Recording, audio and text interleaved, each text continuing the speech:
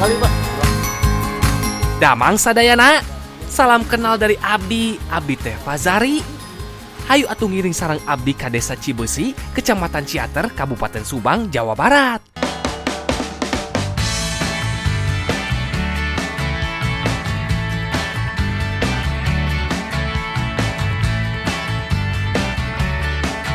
Ya, kebetulan ada acara mitemian bumi atau tradisi selamatan yang dilakukan sebelum membangun rumah. Tapi sabar heula atunya. Sekarang teh Abdi mau bantu bibi-bibi menyiapkan makanan yang dibutuhkan. Untuk mempersiapkan mitemian bumi, ada beberapa makanan yang wajib ada nantinya, yaitu sangu rasul ya Bu ya, dan ayam bakakak. Nantinya dua makanan ini dimakan setelah mitemian tersebut dilakukan. Sangu atau nasi rasul biasa nama jadi makanan wajib saat acara peringatan Maulid Nabi. Tapi kalau di Desa Cibeusi mah, sangu juga harus ada di acara mitemian bumi. Ayam bakakak jadi pelengkap dari sangu rasul ya. Biasanya mah harus berupa ayam kampung jantan.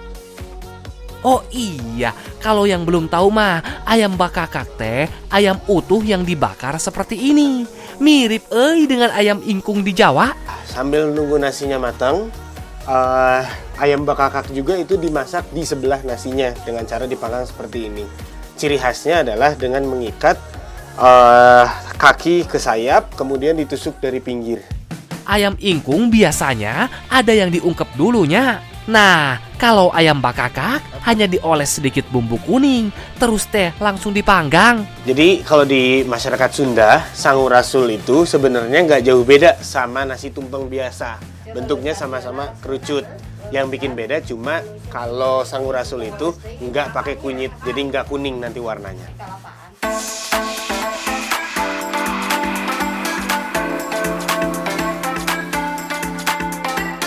Makanan yang disiapkan teh tidak hanya sangu rasul, ada juga nasi tumpeng kuning.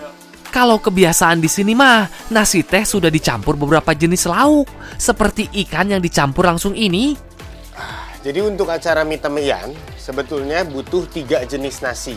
Yang pertama itu nasi tumpeng biasa, yang kedua itu sangu rasul, dan yang ketiga itu puncak manik. Ya, ada telur di atasnya.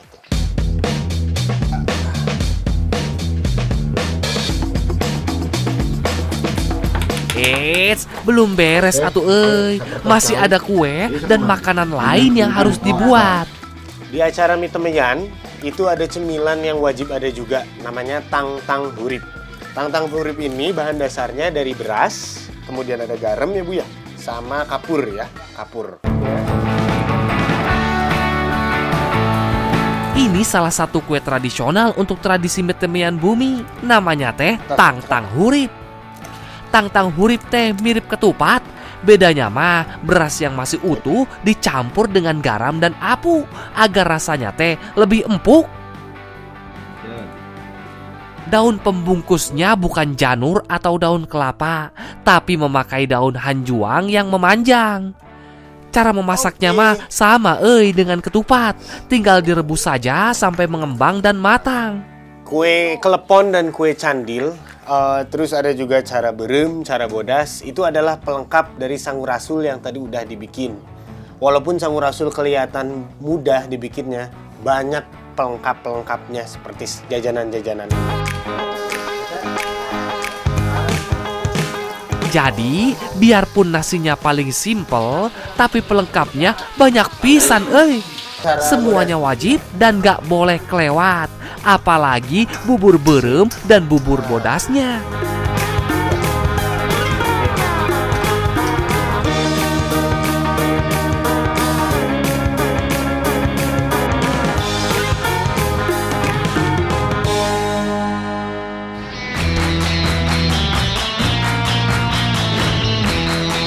Beragam makanan, buah, sayur, uang, dan lainnya digantung di janur kuning. Kemudian, janur kuning dibentangkan di sekeliling tanah yang akan dibangun rumah.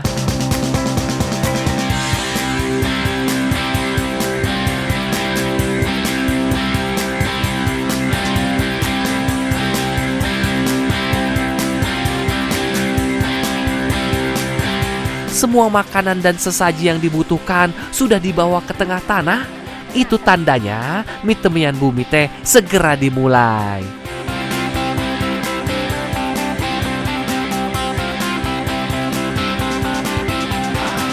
Jadi untuk membuka mie temian ini, yang pertama dilakukan adalah menanam 5 jenis tanaman.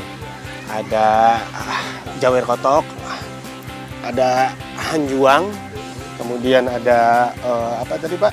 Tebu, pisang, sama satu lagi itu hanarusa. Itu kelima tanaman ini punya simbolnya masing-masing, tapi intinya untuk mengingatkan dan untuk memberkati orang yang akan membuat rumah di atas tanah ini.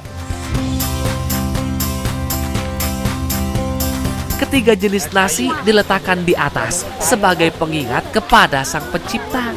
Dari segi warna juga menyimbolkan beberapa hal. Warna hidung dan bodas atau hitam dan putih menggambarkan baik dan buruk. Kalau nasi kuning sebagai penengah atau penyeimbang. Hiji, dua, telo yuk.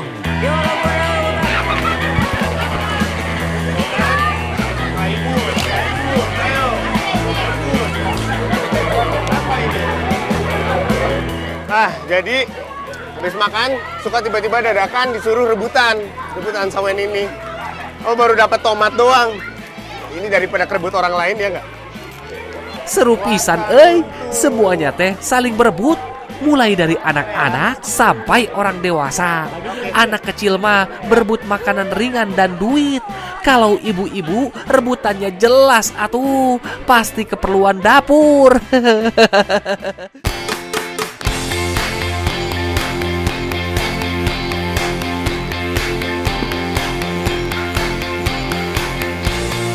Main di sawah sudah, sekarang saatnya mengolah hasilnya.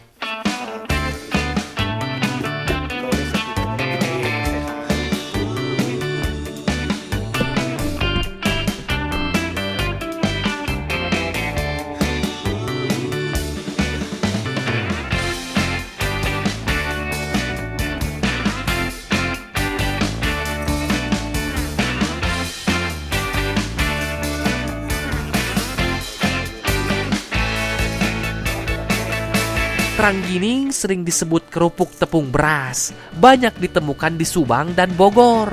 Beras hitam, beras merah, dan beras putih ditumbuk sampai halus dan jadi tepung.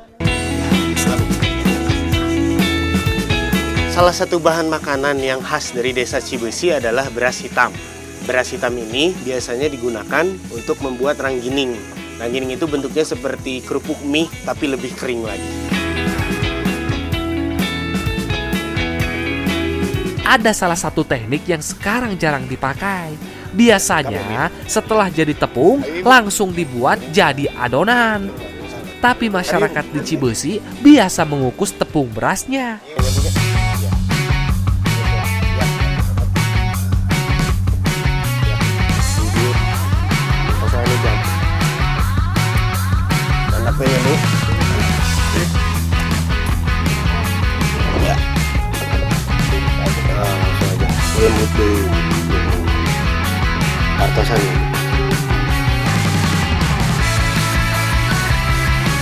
Setelah dikukus, tepung beras dicampur tepung aci, garam, kencur, dan bumbu lainnya.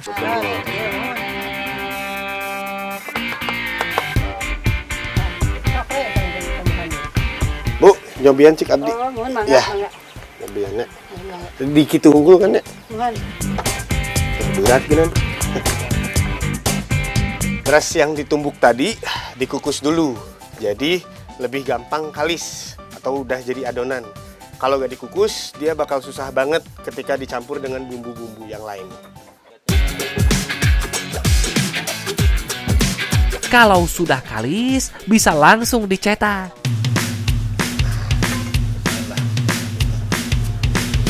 Cetakannya mah hampir sama dengan cetakan kerupuk.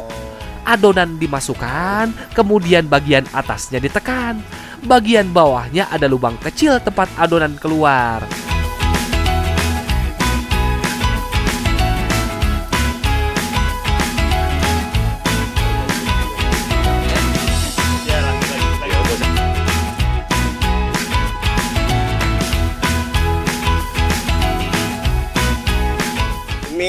sini alat cetak Nanggining. Di sini masih pakai alat yang tradisional.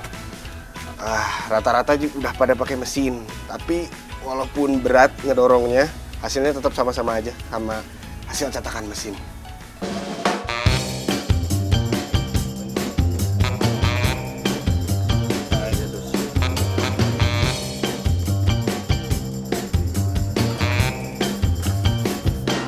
Ya, ini karena pakai aci, dia jadi gampang dibentuk. Bisa dibuletin, bisa dibikin kotak, dan lain-lain.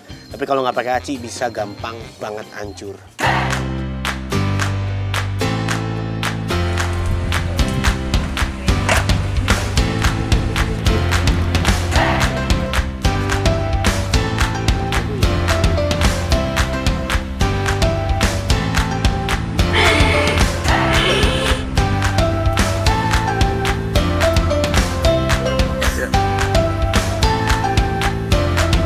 Setelah dicetak dan dibentuk, calon ranggining harus dikukus lagi. Tujuannya supaya adonannya benar-benar matang.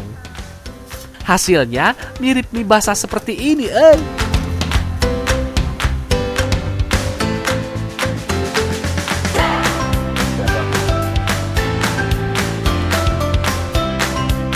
Kemudian susun di atas tampah, biar lebih mudah menjemurnya.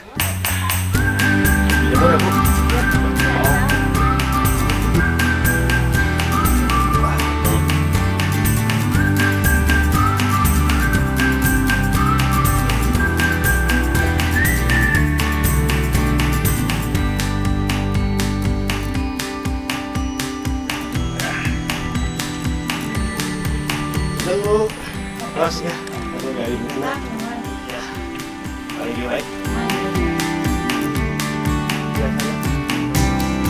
Menjemur ranggining ini kalau musim panas bisa 1 hari, tapi kalau lagi musim hujan dan banyak mendungnya bisa 2-3 hari.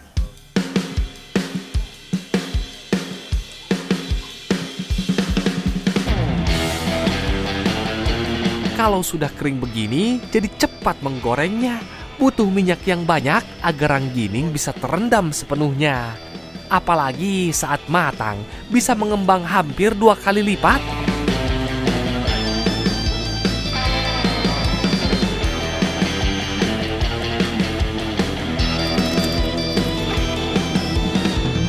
Rasanya mirip banget rangginang. Cuma kan kalau rangginang dia dibuatnya dari beras ketan. Sedangkan ini dari beras yang langsung ditumbuk. Jadi ini gampang banget hancurnya, sehingga butuh waktu jemur yang lebih lama.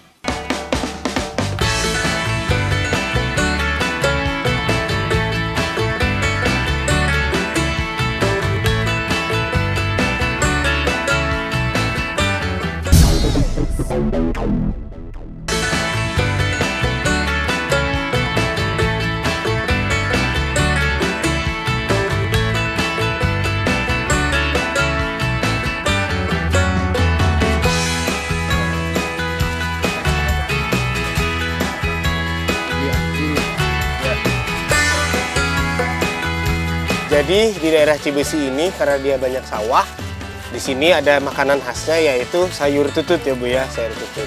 Karena tutut ini hidupnya di pesawahan. Kemudian kita juga bakal masak gejos jengkol buat sebagai makanan pelengkap dari tutut tadi. Jengkol dan tutut memang banyak ditemukan di sini. Masyarakat biasanya mengolahnya jadi rendang atau semur. Kalau yang ini mau dijadikan gejos jengkol khas desa Cibesi. Bahannya mah sederhana, hanya jengkol, cabe, gula, sareng cai. Lamun tutut, biasa nama disayur dengan kuah kekuningan. Sambil nunggu tututnya beres dicuci, kita bakal coba masak jengkolnya dulu. Cara memasak gejos jengkol babari pisan. Biji jengkol dibelah dan dibuang kulit arinya. Kemudian langsung dibakar pada bara. Jengkol adalah salah satu bahan makanan yang terkenal dengan aroma yang sangat kuat. Untuk mengurangi aroma yang kuat ini, biasanya jengkol itu dipanaskan. Yang tujuannya untuk memutus rantai asam jengkolat. Sambil menunggu jengkolnya matang, iris cabai rawitnya yuk. Oh iya, jengkol yang sudah matang langsung ditumbuk. Paling pasti pakai jengkol tua. Jadi saat digeprek tidak hancur banget jengkolnya. Selanjutnya disiram air dan ditambah gula cair.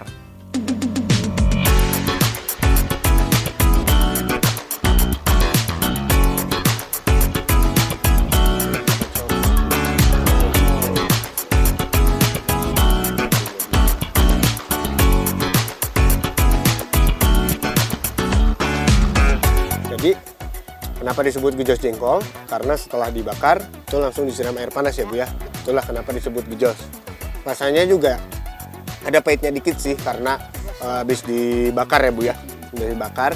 Tapi dari bumbunya pedesnya enak, asinnya juga enak. Terus jengkolnya kerasa banget.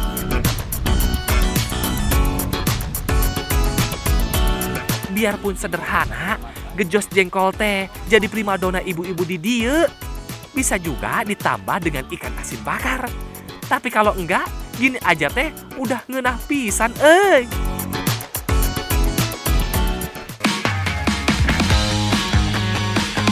Masih ada yang belum tahu tutut? Ini salah satu keong sawah berukuran kecil. Kalau di Jawa Barat mah bisa diolah jadi makanan yang raos pisan. Supaya lebih mantap rasanya, rempah yang dipakai cukup banyak. Antara lain kunyit, jahe, sarang serai. Tumis bumbu yang sudah dihaluskan, teras digeprek.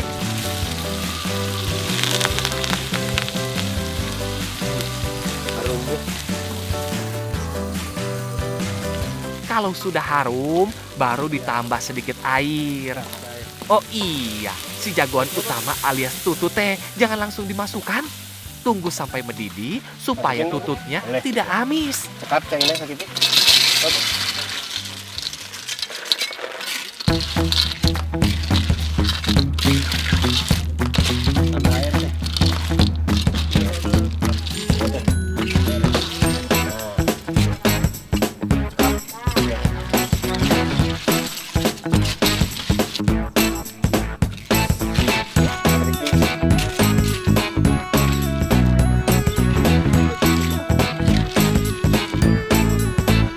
Oh iya, rebus nate sekitar 15 menit sampai tutut ini teh jadi matang. Iya, ayo sip.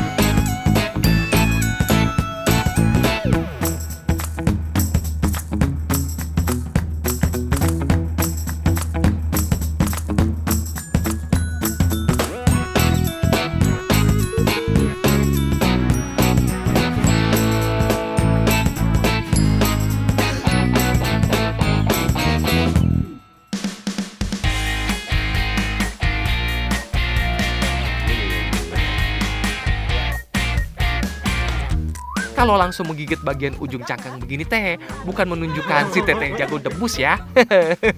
Tapi karena memang cangkangnya nggak keras, Aduh, uduh. Orang-orang kan kalau makan tutut biasanya itu dilubangin dulu ujungnya sedikit. Tapi masyarakat sini tuh enggak. Karena tutut di sini kecil-kecil cangkangnya, mereka cukup langsung gigit di bagian belakangnya, terus disedot tututnya.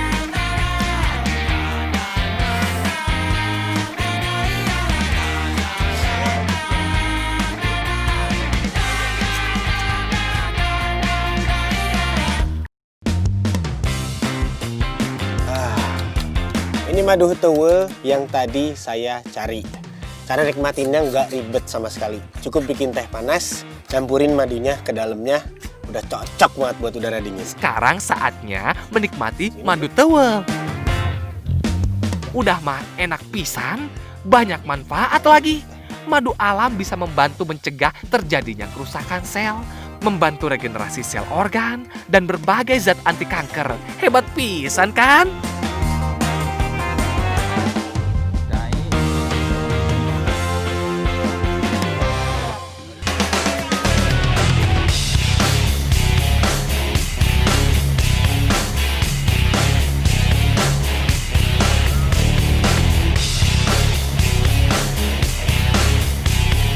Tanaman aren salah satu potensi alam di desa Cibeusi. Biasanya niranya dimanfaatkan untuk dijadikan gula berem atau gula merah. Kalau ini beda, Pak Entoy mau mengolah nira jadi gulali. Jadi untuk ambil nira, pertama kita tempatin lodong yang kosong untuk ditempatin di atas. Nanti lodongnya udah penuh sama niranya, diturunin lagi ke bawah.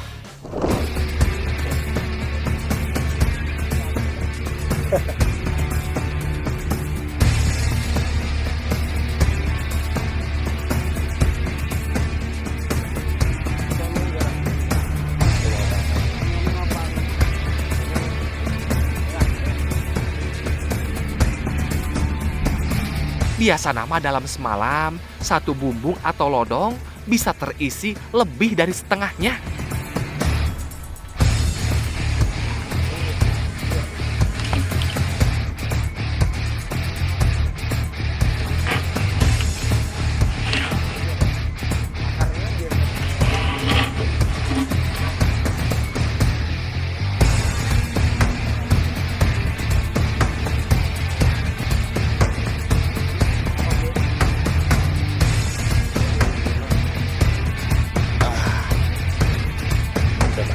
Saya gak berani naik ke atas buat ngeganti tempat ini karena lihat buat naiknya juga cuma sebatang bambu.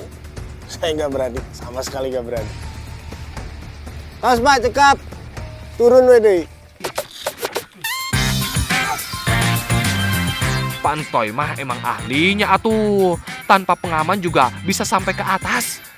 Kalau yang belum berpengalaman mah jangan coba-cobanya.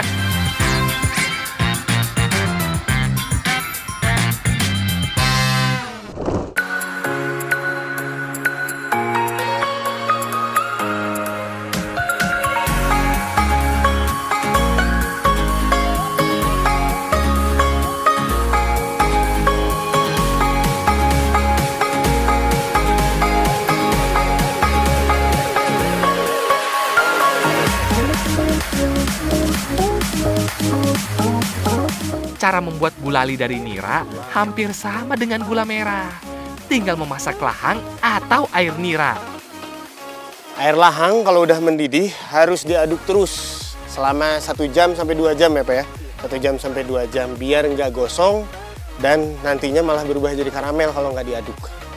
Kalau membuat gula merah, nira dimasak dan terus diaduk sampai lahan jadi karamel. Tapi kalau mau bikin gulali, cukup sampai jadi peut atau kinca. Setelah jadi peut ini sebenarnya udah cukup buat diangkat ya. Kita nggak bikin sampai jadi karamel ya Pak ya. Terlalu padat soalnya. Ya, angkat Pak.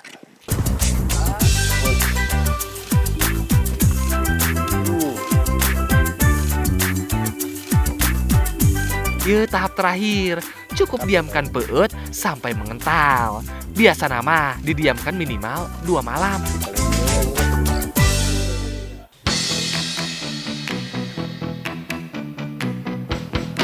Kalau sudah kental, atau langsung diputer-puter dengan 2 bilah bambu kecil.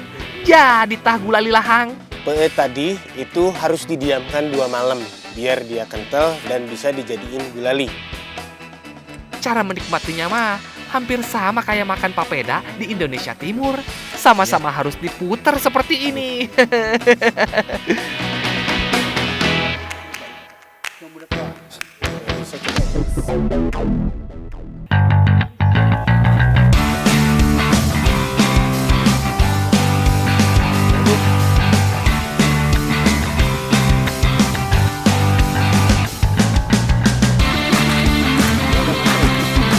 Ada minuman khas di Desa Sukalaksana yang bisa kalian coba. Namanya teh kewer. Teh ini terbuat dari biji kewer. Nah, abdi sareng teteh-teteh ini mau ambil buah kewernya.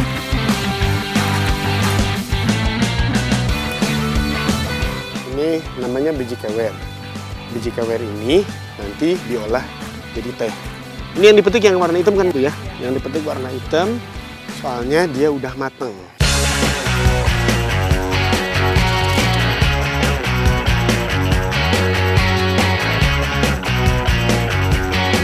Kewer sebenarnya mah sejenis tumbuhan semak dengan nama latin Senna septentrionalis.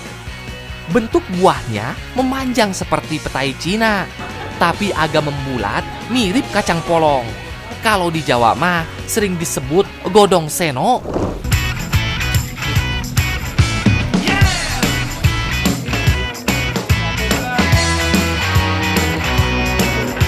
Buah kewer yang sudah kering bisa langsung dikupas dan diambil bijinya. Dari pohon kewer tadi, yang akan diolah menjadi teh itu adalah bijinya. Bungkus bijinya itu kelihatan seperti buncis di awalnya. Tapi kalau kita buka, dalamnya itu kayak wijen, cuman dia lebih gelap warnanya. Biasanya berapa lama?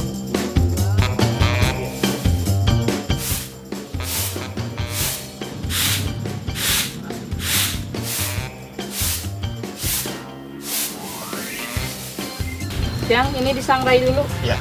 Ya, ya. Masukin. Tambahin lagi.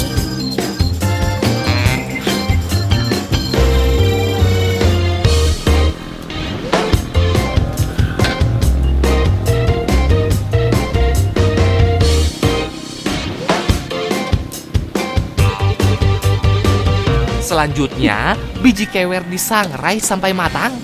Proses sangrai membuat biji kewer lebih kering dan aromanya jauh lebih harum. Walaupun dia disebut teh, proses pengolahan pertamanya itu justru disangrai, sama seperti kopi. Jadi, dari proses ini kita tunggu sampai bijinya benar-benar kering seperti kopi.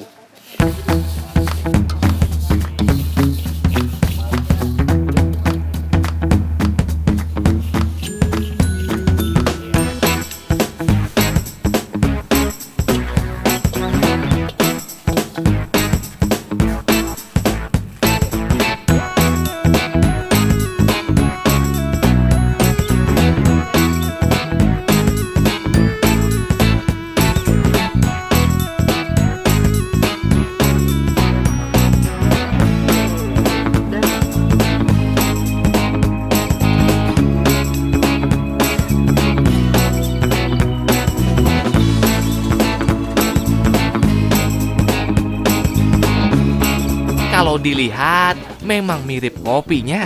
Bijinya teh harus disangrai dulu sampai kering. Tapi dari cara penyeduhannya, minuman hangat ini lebih cocok disebut sebagai teh. Teh kewer ini sudah diproduksi dan dikonsumsi oleh warga desa Sukalaksana dari zaman dulu. Awalnya, daun teh itu dibawa ke Belanda, jadi pengganti teh untuk warga di sini adalah dari pohon kewer tadi.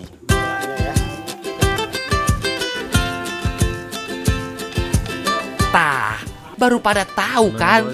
Dulunya warga pribumi tidak bisa menikmati teh. Jadi mereka memanfaatkan biji kewer untuk dijadikan teh. Walaupun awal munculnya karena kepepet, ternyata teh kewer punya banyak manfaat geningan. Terutama dalam urusan pencernaan dan sakit pinggang.